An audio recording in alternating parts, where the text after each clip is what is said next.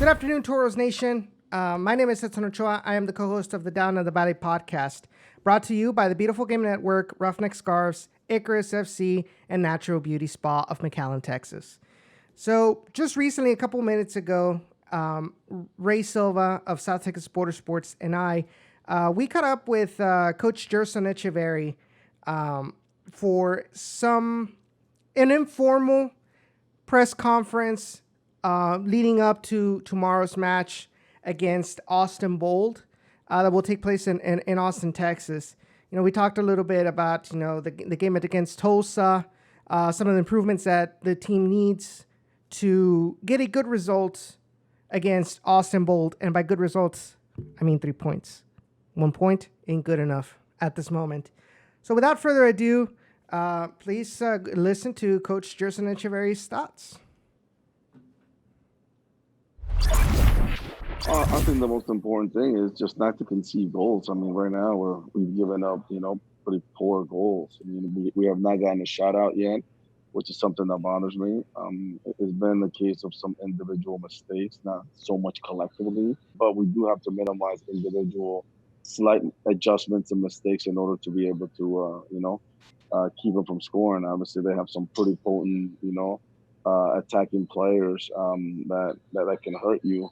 I'm not sure, if they're going to be available between Forbes, Kleber, so not sure exactly who, who's available, who's not, or who's going to be rostered. So, but regardless, I think they're a veteran team, a smart team, and a very dangerous team. Yes, I thought the last game we passed the ball relatively well. I thought, that some players did a really good job in regards to keeping possession, but more importantly, some of them breaking lines, in particularly James Murphy.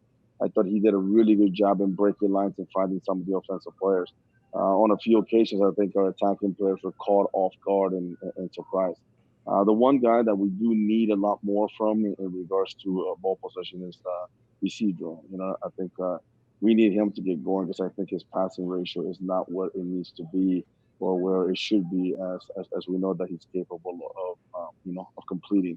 I mean, he was one of our better passers last year, and so we definitely need him to be better. Well, I think the most troublesome part is last game. I mean, we had Manley, who's got MLS experience. We have Robert Castellanos, who's been here. We had Kyle Adams, who's been here, and then Robert, who's here. So all four were pretty experienced players. Now, like I said, the first goal was a mistake by a goalkeeper. They couldn't get to a ball and just left the ball there. They finished, and then the second one is a PK.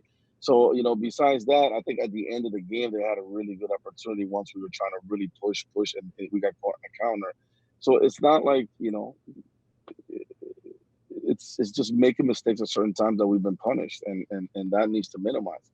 We are not offensively potent enough to be able to allow those mistakes and let up goals. We just not. We don't have the offensive potency right now to go, head to head, and so it does need to go, but not just those four guys. I think it's overall defending. It's not. We're not just going to put this whole responsibility on the goalkeeper and on the four guys in front of him. It has to come from the midfielders. It has to come from our front runners, our two forwards. How much pressure they're going to put, on the other team to prevent them, to move it up the field or to get good service into our box. So, it's those type of things. And also now on set pieces, just being even, cleaner. Right now, obviously the PK is a set piece goal, but that's tougher to judge. But the goal on the corner, that really bothered me because we did have, besides the goalie coming out maybe at an opportune time, we had a couple guys who were not in the right position, to adjust, and so that was a little disheartening. So don't forget that tomorrow the RGVFC Toros will take on Austin Bold at 8 p.m. Tomorrow, Saturday. You can watch the games on ESPN Plus. So we'll see you guys next Wednesday for another episode of the Down in the Valley podcast, which airs live every Wednesday at 7 p.m. on our YouTube channel, youtube.com/Down in the Valley.